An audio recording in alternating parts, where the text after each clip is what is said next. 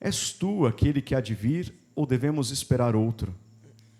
Eles foram ter com Jesus e disseram: João Batista nos mandou a ti para perguntar: és tu aquele que há de vir, ou devemos esperar outro?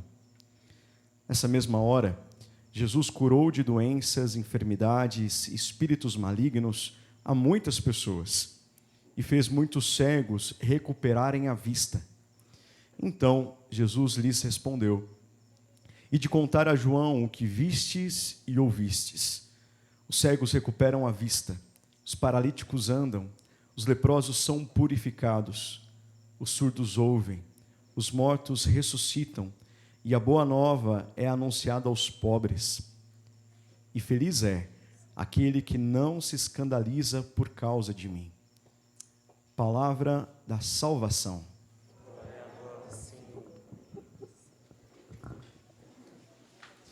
Te convido, meu irmão, por um instante, feche os seus olhos, coloque a mão no coração. Vamos pedir agora que o Espírito Santo continue preparando a terra do nosso interior, da nossa alma, para que a semente do Evangelho que agora foi lançada possa produzir bons frutos.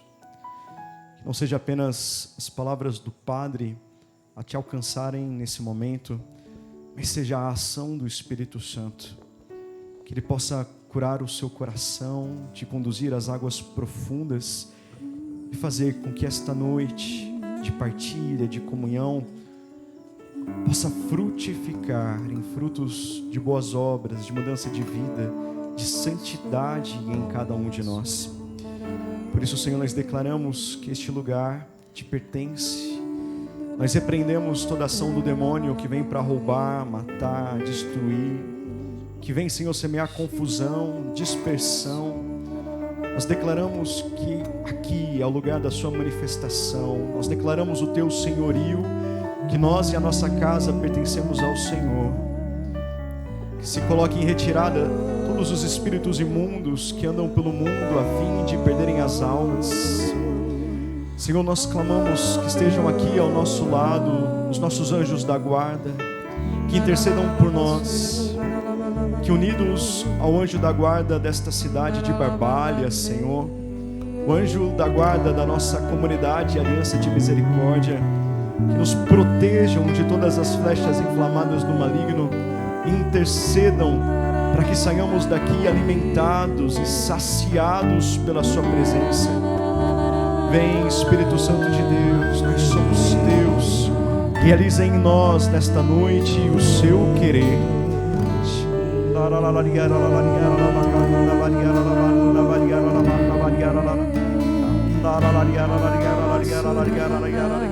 Somente em ti construirei a minha Acalma, Senhor, os nossos pensamentos, os nossos afetos, somente em ti tudo aquilo que está desordenado em nós.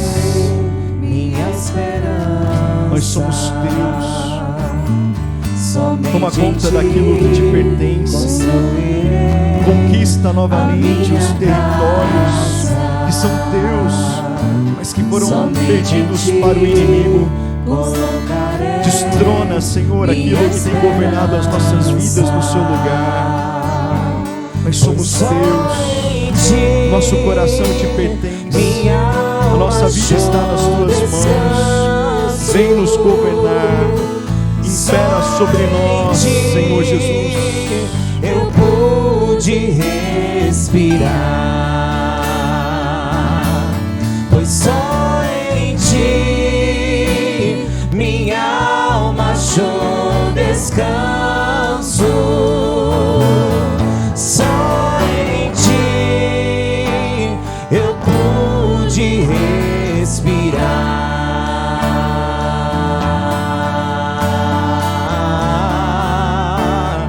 E o meu coração deseja te encontrar, como a terra seca anseia pela chuva. Vem me saciar, pois eu descobri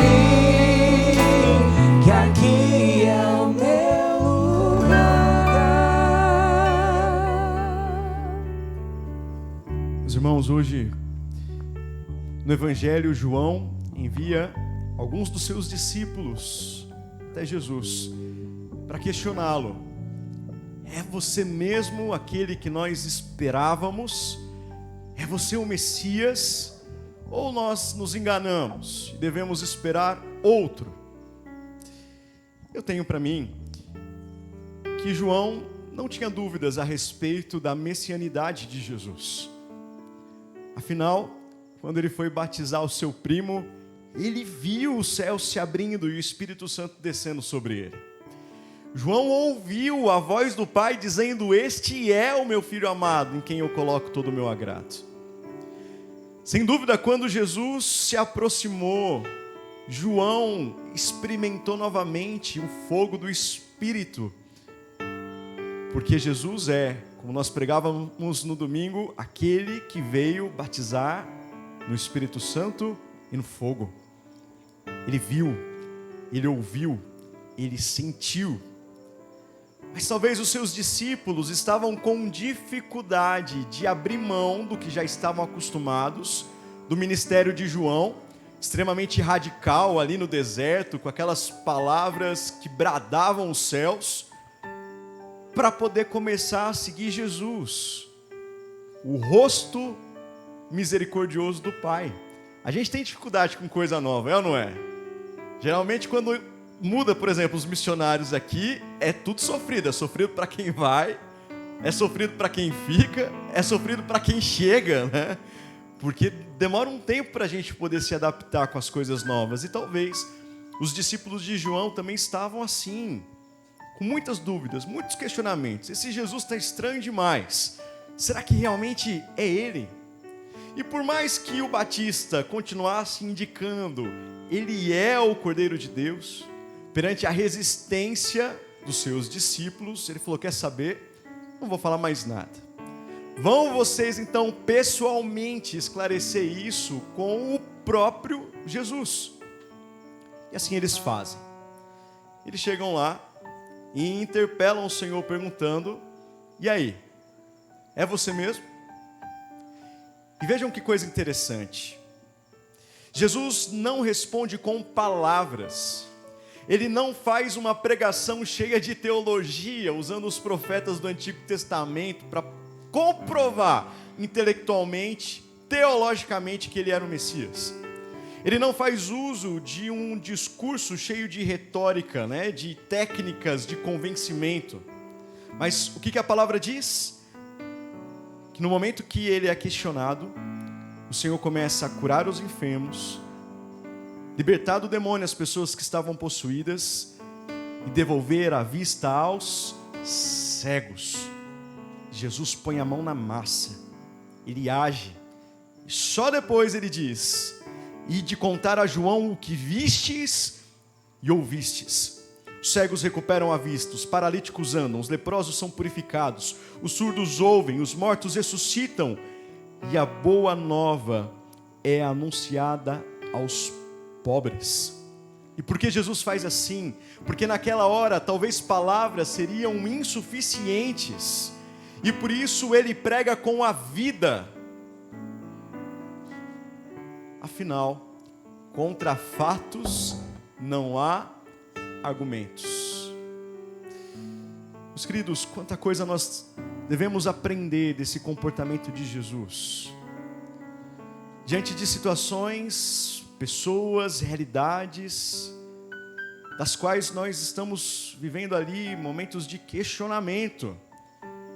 Tem hora que nós precisamos nos afastar desse intelectualismo, dos pensamentos, das dúvidas, e é preciso que nós avaliemos os frutos daquilo que nós questionamos. É preciso deixar que as obras nos convençam a respeito da autenticidade daquilo ou não. Por exemplo, quando nós somos alcançados pelas dúvidas de fé, eu acredito que muitos de nós aqui, em algum momento da vida, já questionou o seu relacionamento com Deus. Sobretudo quando nós estamos sofrendo, quando o nosso barco é chacoalhado por muitas ondas. quando sofremos alguma decepção, quando alguém nos fere profundamente, quando perdemos alguém que nós amamos, quando nos deparamos com o mal existente no mundo. Quantas vezes as tentações não batem na nossa porta para nos dizer: mas rapaz, será que Deus realmente existe? Se Ele existe, será que Ele é verdadeiramente bom, como as pessoas dizem que Ele é bom? E se Ele é bom, por que Ele permitiu isso? Por que Ele permitiu esse acidente? Por que Ele permitiu que aquela pessoa que eu amava partisse? Por que Ele permitiu que aquele fulano me ferisse, me machucasse? Aonde estava Deus? Meus irmãos, talvez momentos assim são um dos mais difíceis pelos quais nós podemos passar. E eu digo isso por experiência própria. Como vocês sabem, a minha mãe, por 2 vezes, enfrentou o câncer. Da primeira vez, quando nós éramos muito pequenos em casa, no ano de 93, e depois o câncer voltou, lá pelo ano de 2004. Ninguém mais pensava que isso poderia acontecer, mas aconteceu. Eu já era missionário, foi um sofrimento terrível. E assim a minha mãe lutou durante 4 anos, fazendo quimioterapia, voltando para casa. Ora o tratamento parecia que adiantava alguma coisa, ora parecia que não, os tumores voltavam a crescer. E no meio disso tudo, muitas pessoas rezavam pela minha mãe. E algumas talvez até com boa intenção, mas sem tanto discernimento, proclamaram que ela ficaria curada. E não era só uma cura da alma. As pessoas diziam que minha mãe ia ficar livre do câncer. E eu, sobretudo como missionário, um homem de fé que orava por tantas pessoas, por mais que visse a situação piorando dia após dia, eu acreditava que Deus era capaz de fazer um milagre. Eu esperei até o último segundo o milagre de Deus. Mas o milagre não veio. Ou não veio do jeito que eu esperava. No ano de 2008, 9 de julho de 2008, a minha mãe faleceu por causa do câncer, depois de muito sofrimento. Foi o pior dia da minha vida. Já era um ano muito difícil que eu vivi em BH, mas esse dia veio para poder acabar de uma vez com tudo. Minha mãe muito nova, cheia de sonhos, deixando o marido, 3 filhos para trás. E no começo, por mais que eu lutasse para não perguntar para Deus o porquê daquilo, mas apenas entregasse o sofrimento, não teve jeito. Eu fui para casa e fiquei um tempo em casa. Na medida em que eu fui deparando com o sofrimento do meu pai, do coração dos meus irmãos, as dúvidas de fé me assolaram com muita força. E foi muito sofrido, porque eu tinha entregado a minha vida para Deus. Deus era o meu tudo, Ele era o meu grande amigo. E de repente essas vozes me diziam que Ele não era tão bom assim como eu acreditava que era. Que Ele poderia ter curado a minha mãe, e Ele não quis curar, simplesmente não. E eu fui vendo o meu sustento ruindo. E aí não era apenas a dor de perder a minha mãe, mas era a dor de perder o meu amigo, de perder a fé em Deus. Meus irmãos, que noite escura foi essa que eu vivi no ano de 2008. Confesso para vocês que por muito pouco eu não chutei o balde e desisti da minha vida missionária, da minha vocação. Só não fiz isso porque eu tive irmãos muito bons que seguravam na minha mão e diziam assim: você não vai voltar atrás, você vai perseverar. E que me ajudaram a olhar as coisas com outros olhos. E aí eu comecei a fazer um exercício. Todas as vezes que alguma voz me dizia para que eu não acreditasse em Deus, que Ele não existia, que Ele não era bom, que Ele não era digno de que eu entregasse a minha vida para Ele, eu fazia o esforço de olhar os frutos. Em primeiro lugar, os frutos da ação de Deus na vida da humanidade. E o que eu via, que aqueles homens e mulheres que se aproximavam de Deus verdadeiramente, eram mudados para melhor. Abandonavam a vida velha, os vícios, os pecados e começavam a amar mais. Se aperfeiçoavam. E mesmo quando eu olhava para a minha vida, Eu percebia que o homem que eu tinha me tornado, eu entrei na comunidade muito jovem, com 17 anos, mas que aquilo tudo que eu tinha recebido foi por causa da ação de Deus na minha história. E querendo ou não, aqueles anos da minha juventude, consumidos por causa do amor do reino, tinham sido os anos mais felizes da minha vida. E era uma briga, porque de um lado, alguma coisa queria fazer que eu desacreditasse em Deus. Mas nessas horas, ao me deparar com os frutos, eu não podia negar o que os meus olhos viam. E eu fazia o meu ato de fé, às vezes com lágrima nos olhos. Mas eu dizia para mim mesmo: Deus é bom, e só bom. Deus é amor, e tudo que Ele faz é manifestação do seu amor. Deus sempre foi amor, e Ele nunca vai deixar de ser amor. E assim, aos poucos, as coisas começaram de novo a ganhar sentido, as dúvidas foram diminuindo, e aquele laço de confiança foi sendo reconstruído. Meus irmãos, eu queria dizer isso hoje para aqueles que estão aqui nessa missa e talvez estão com seus relacionamentos rompidos com Deus. Talvez você perdeu alguém que você amava muito durante esse tempo de pandemia. Talvez você está passando por uma noite escura que você não consegue ver luz e esperança em lugar nenhum. Meu irmão e minha irmã, em nome de Jesus, que nessa noite caiam por terra os pensamentos altivos que se levantam contra o conhecimento de Deus. Sejam destruídas as fortalezas da mente, que sejam expulsas as mentiras de Satanás, para que também hoje você faça o seu ato de fé e você declare que Deus é bom, e só bom, e tudo aquilo que Ele faz é expressão do seu amor. Vamos repetir isso juntos. Deus é bom, e só bom. Ele sempre foi amor, e nunca deixará de ser amor.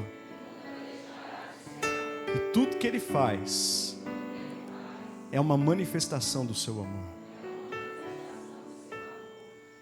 Os irmãos, creiam nisso. Todas as coisas concorrem para o bem dos que amam a Deus. E mesmo daquele mal aparente, Deus é capaz de tirar um bem permanente. E ainda que nós não entendamos todas as coisas aqui nessa terra, eu creio que um dia, aqueles que perseverarem com a confiança no Senhor, poderão fazer no céu a experiência que os discípulos de Emaús fizeram. Um dia, a gente vai chamar Jesus para dar uma volta. Chega mais, Jesus, vamos fazer uma caminhada. E Ele nos explicará todas as coisas. Nós entenderemos o que muita coisa hoje a gente não entende, a gente acaba se revoltando. Sabe aquela historinha da criança que vê o bordado de baixo, enxerga tudo de forma confusa, mas um dia nós estaremos no colo do Pai e nós veremos as coisas do alto. E talvez nós nos arrependeremos por termos sofrido mal, por não termos aproveitado aquelas oportunidades para crescermos na graça, para oferecermos aquela cruz por amor a Jesus. Um dia, tudo vai fazer sentido para nós. Sabe que uma vez um diretor espiritual meu me convidou para fazer essa experiência. Já contei isso para vocês, mas queria partilhar mais uma vez. Ele pediu que um dia eu fizesse um exercício de contemplação. Contemplação é um momento onde você se imagina ali numa passagem bíblica ou trocando ideia com Jesus em algum lugar, e aí o Espírito Santo vai agindo por meio da imaginação, enfim. É uma coisa que a gente encontra muito presente nos exercícios espirituais de Santo Inácio de Loyola. Mas enfim, ele pediu que eu fizesse essa experiência, que eu me imaginasse em algum lugar com Jesus, e eu iria encontrá-lo para contar a minha história de vida para o Senhor. E aí quando ele me pediu isso, eu achei estranho, né? Eu falei, ixi, eu não vou fazer isso não.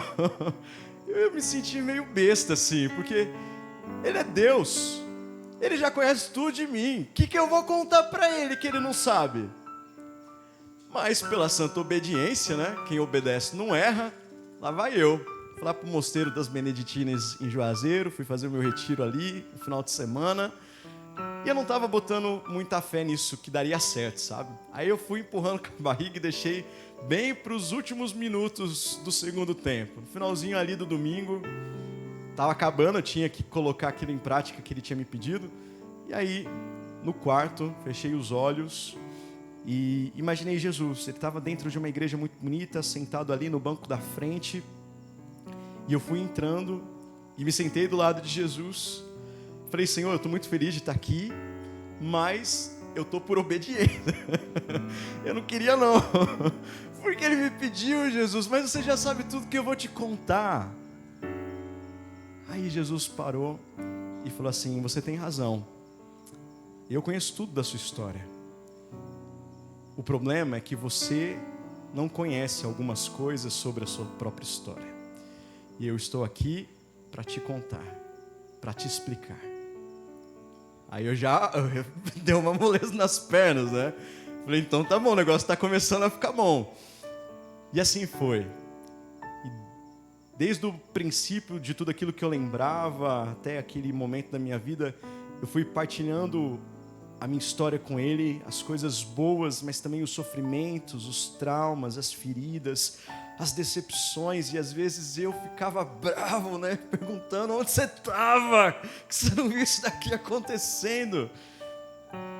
E como foi forte, porque em cada situação, Jesus me ajudava a dar o sentido daquilo. Ele ressignificava o meu sofrimento. Ele foi preenchendo os meus vazios, as minhas feridas de cor, de sabor, de amor.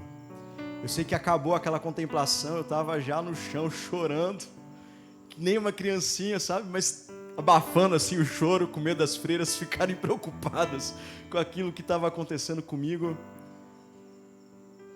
E aí o final da contemplação era como se eu e Jesus nos uníssemos. Todo aquele sofrimento que eu tinha passado, as coisas boas, as ruins, foram todas usadas para esse processo de configuração com Cristo. E aí quando eu olhava para trás, eu via uma fila, uma multidão de pessoas que vinham para poder conversar com Jesus, que era eu, e eu que era Jesus, né? Meus irmãos, eu partilho isso com vocês para poder dizer, tudo vale a pena. E um dia todas as coisas farão sentido para nós. Às vezes, as nossas dúvidas não são nem necessariamente em relação a Deus. Talvez existem algumas pessoas aqui profundamente feridos em relação à igreja, ao corpo de Cristo. Você pode ter sido ferido por algum sacerdote, por algum missionário, por alguma liderança, algum cristão engajado, e você se decepcionou profundamente com essa instituição. Talvez você é daqueles que acreditam que a igreja é a grande meretriz do Apocalipse, né? A Babilônia, como tem gente por aí que quer acreditar. Ou você simplesmente foi contaminado por aquilo que a mídia mostra. Essa mídia maldita, que dá mais atenção para uma árvore que cai do que para uma floresta que nasce.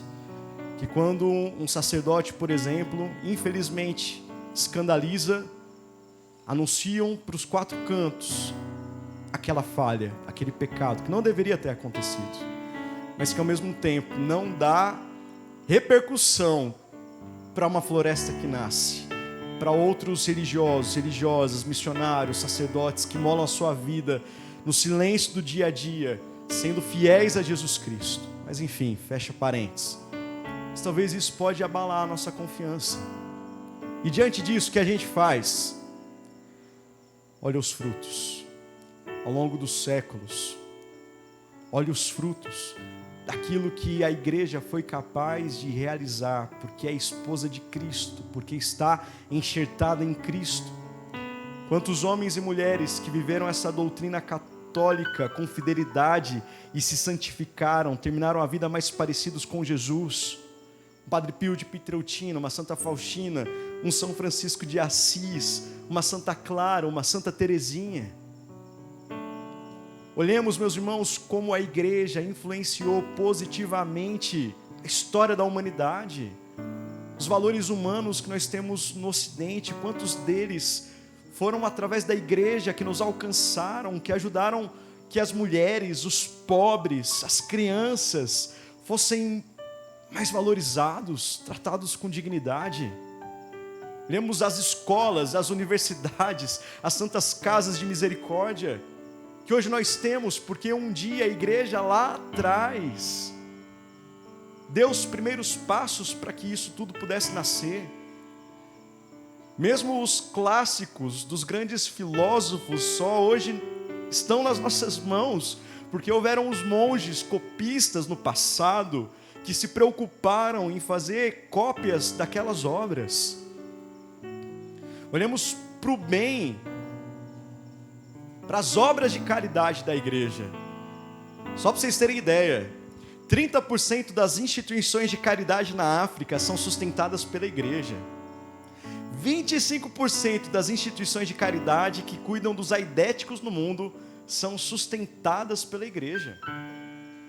São mais de 140 mil instituições educacionais, mais de 5 mil hospitais, mais de 16 mil leprosários, mais de 15 mil casas para idosos e deficientes e quase 10 mil orfanatos, e assim por diante. E quando a gente vê a vida da igreja como ela realmente deve ser, nós vemos a vida de Cristo, nós vemos os pobres sendo alcançados pela boa nova, nós vemos os enfermos sendo curados dos seus males. Quando nós olhamos a igreja, e mesmo com as falhas daqueles que fazem parte dela, mesmo com os ataques dos seus inimigos que vêm de fora, quando nós entendemos que ainda assim a igreja permanece de pé ao longo dos séculos, se isso não é uma coisa de Deus, eu não sei o que é. Não foi o próprio Jesus que disse que sem Ele a gente não pode nada, mas se nós estamos enxertados nele, nós produzimos muito fruto. Deixemos que as obras nos convençam. Também em relação às pessoas, mais do que palavras, contemplemos as suas ações. Quantas vezes a gente atende meninas que chegam dizendo assim: mas padre, eu não sei o que eu faço, porque o meu namorado diz que me ama, mas ele não liga para mim.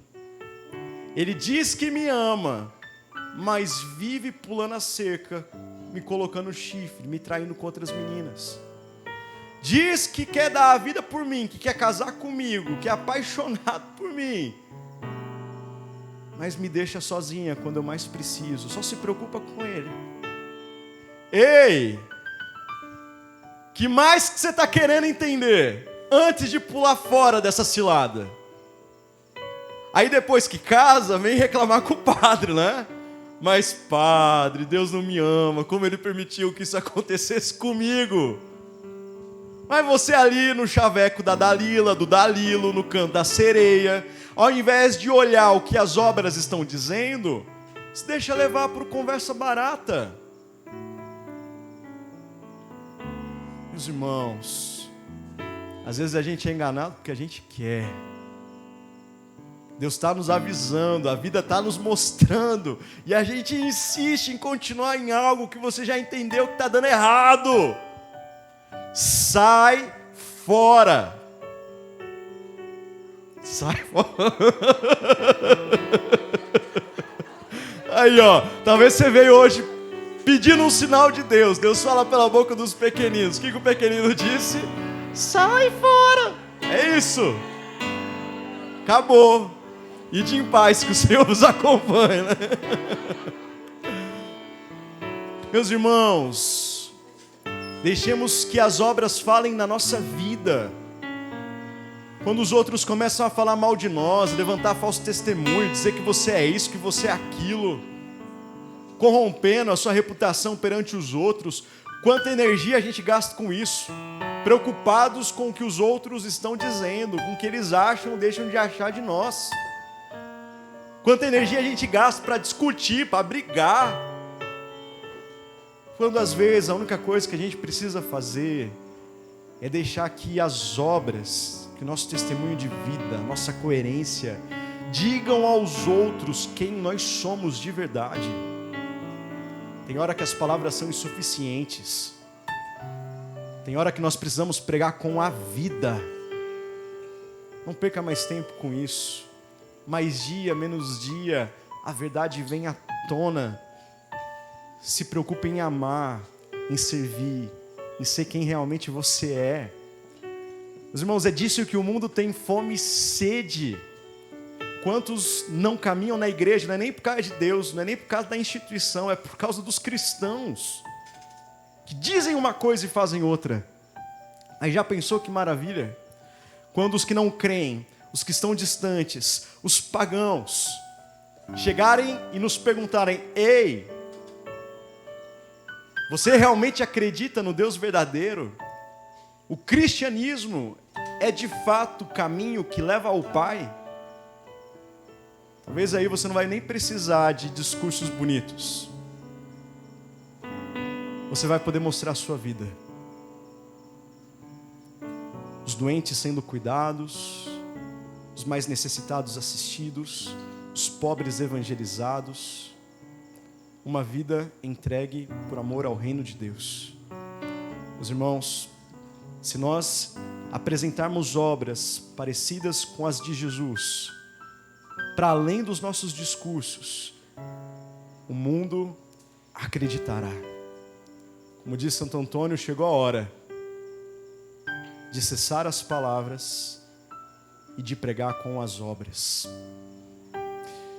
Que o Espírito Santo nos ajude, que Ele cure os nossos corações, para que através de nós, tantos outros possam acreditar em Jesus Cristo. Louvado seja nosso Senhor Jesus Cristo. Vamos ofertar o pão e o vinho. Também aqui o seu coração ferido, machucado.